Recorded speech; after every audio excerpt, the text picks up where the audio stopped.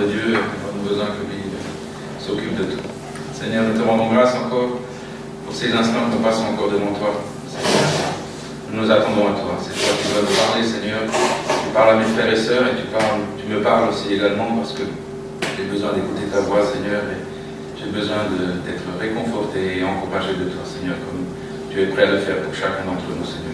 Bénis cette parole, Seigneur. C'est ta parole, Seigneur. C'est toi. C'est toi que nous mettons en avant, Seigneur, et nous nous attendons à toi, Seigneur, au nom de Jésus. Amen. Amen. Alors, j'ai appelé ce petit message vaccination, rappel. En fait, comme lecture d'introduction, on va prendre Jean, chapitre 14, verset 26.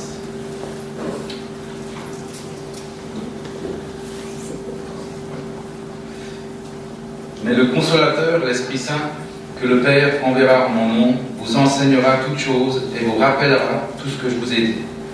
Donc on a besoin d'être rappelé certaines choses, parce qu'on a tendance à oublier facilement. Je prends un exemple, non, je ne sais pas. Francesca, lorsqu'on était fiancés, avait un chien. Oscar, elle avait appelé un berger allemand superbe. Et il était jeune, et puis vraiment, il faisait tout ce qu'il lui disait, vraiment impeccable. Et puis un jour, on était fiancés, moi j'étais en France, elle était en Italie. Elle m'a dit que le chien est décédé. Il avait à peu près 1 an. J'ai dit, mais qu'est-ce qui s'est passé? En fait, on avait oublié de lui faire le rappel de la vaccination. Il a donc une maladie canine, et le chien est mort 1 an après. Donc on peut dire que c'est un exemple tout banal, mais pour dire le rappel. Mais c'est pour faire bien attention. Il y a beaucoup de choses que nous avons tendance à oublier. Et c'est pour ça aussi que je crois que c'est aussi valable spirituellement. Nous avons tendance à oublier les bonnes choses, malheureusement. Et entre parenthèses, on a tendance à se rappeler les mauvaises, malheureusement aussi. Parce que ça, c'est plus mauvais, mais enfin bon, c'est l'être humain.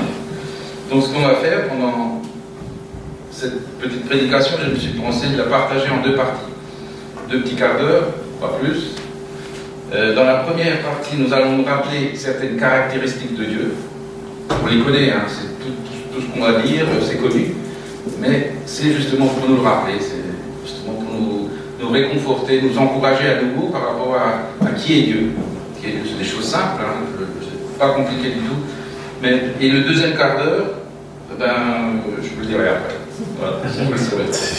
Donc, première partie, là, je crois que j'ai mis 5 points, 2, 3, 4. Oui, 5 points.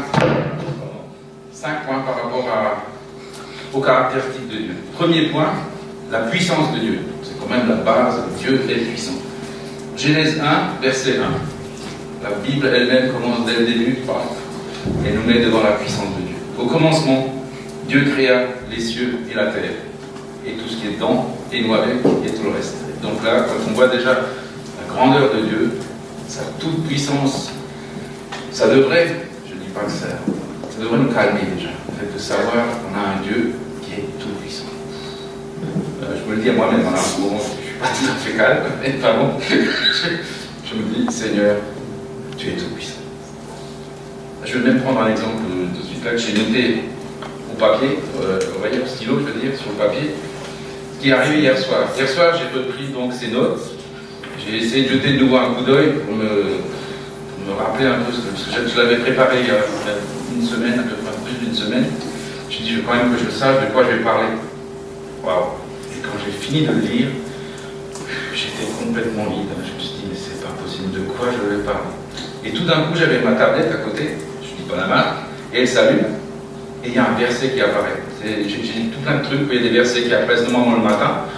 Là, j'ai pas compris, il était 5 heures d'après-midi, paf, il y a un verset qui apparaît. Et je le lis. Juste pour dire. Ça, c'est pas dedans. Hein. Josué 1, verset 9. Ne t'ai-je pas donné cet ordre? Fortifie-toi et prends courage.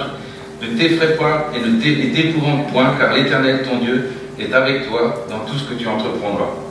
Franchement, il faut le faire. Alors que j'étais complètement dans le trou, je me suis dit, je ne sais pas demain ce que je vais raconter. Eh ben, Dieu, il me dit qu'il sera avec moi dans tout ce que je vais entreprendre. Donc voilà, il est avec moi. On continue.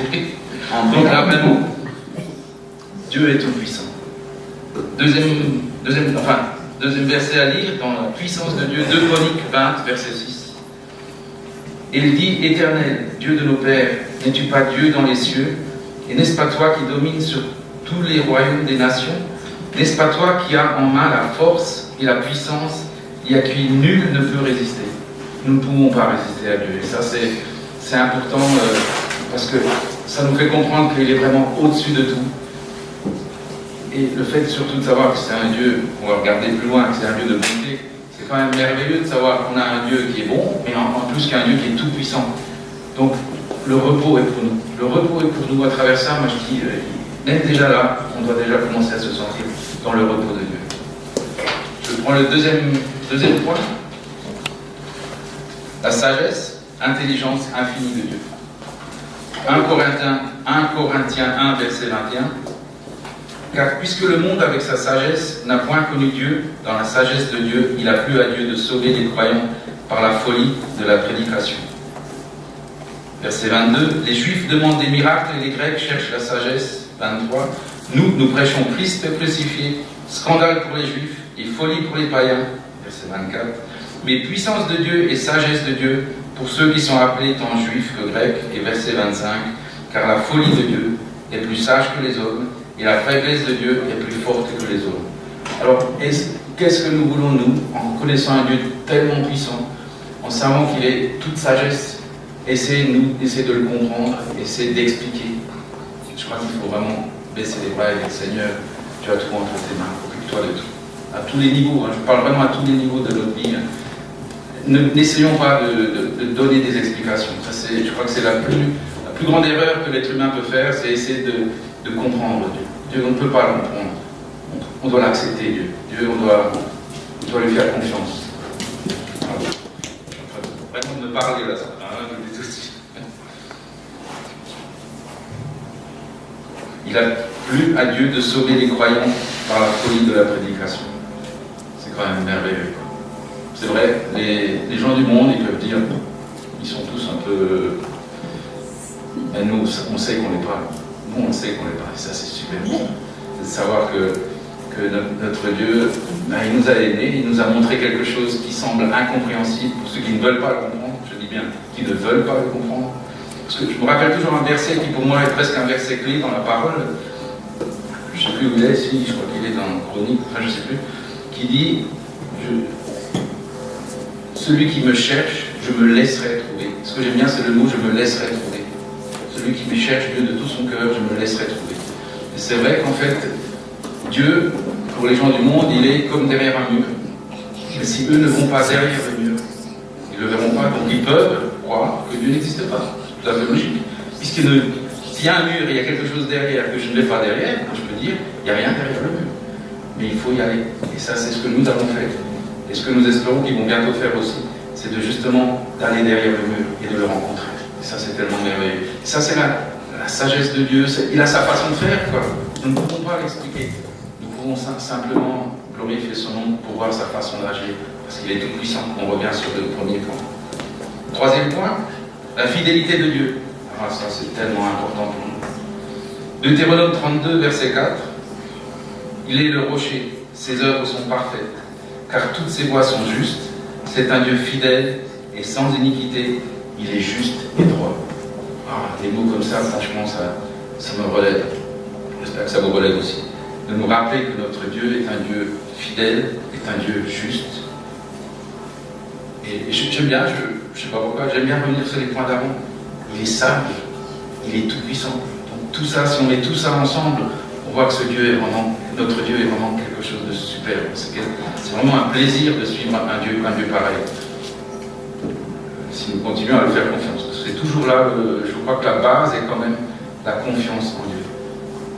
On peut avoir un Dieu merveilleux, un Dieu tout-puissant, mais si on n'a pas confiance en lui, on est seul, on est complètement seul. Et ça, c'est comme on 2 Timothée, verset 2, 13, chapitre 2, verset 13. Si nous sommes infidèles, il demeure fidèle, car il ne peut se renier lui-même. Heureusement qu'il y a des versets comme ça dans la parole. Heureusement que Dieu nous rappelle que lui, il reste fidèle. C'est vrai que nous, il nous arrive d'être infidèles. Je pense que, non, on ne va pas très loin. Mais lui reste fidèle, et c'est sur ça que nous voulons, c'est là que nous voulons regarder. Nous voulons regarder à sa fidélité. Parce qu'il ne peut pas se renier lui-même, c'est ça qui est super, c'est qu'il ne pourrait même pas ne pas être fidèle. Il est, entre guillemets, il est obligé de rester fidèle. Et ça, c'est quand même beau, quoi, de savoir que notre Dieu, parce qu'il est juste, parce qu'il nous aime, il ne faut pas l'oublier non plus, Dieu nous aime, et bien il demeure fidèle, même lorsque nous sommes infidèles. J'avais noté un petit truc, une pensée qui m'est venue tout à l'heure, c'était, je reviens vite en arrière,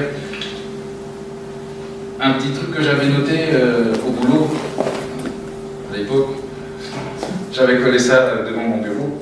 Je le faisais je l'avais mis en français et en allemand pour ceux qui passaient, parfois il y a des contrôles. Donc j'espérais toujours que ça peut être arrivé, qu'il y ait des gens qui l'ont lu en passant. Tout à l'heure, j'y ai pensé de nouveau, je vous le dis en français. J'avais marqué « Rien ni personne ne pourra jamais empêcher Jésus de t'aimer ». Et ça, je me rappelle, je le lisais souvent aussi pour moi, parce que je me sentais un peu dans le trou lorsqu'il y avait quelque chose qui ne passait pas. Et ben, je lisais ça, je me disais, c'est vrai qu'il n'y a rien, ni personne qui pourra empêcher Jésus de m'aimer. Et Jésus nous aimera, quelles que soient les conditions de notre vie. Dieu continuera toujours à nous aimer. Ça, c'est des choses à graver dans notre cœur. Je le rappelle.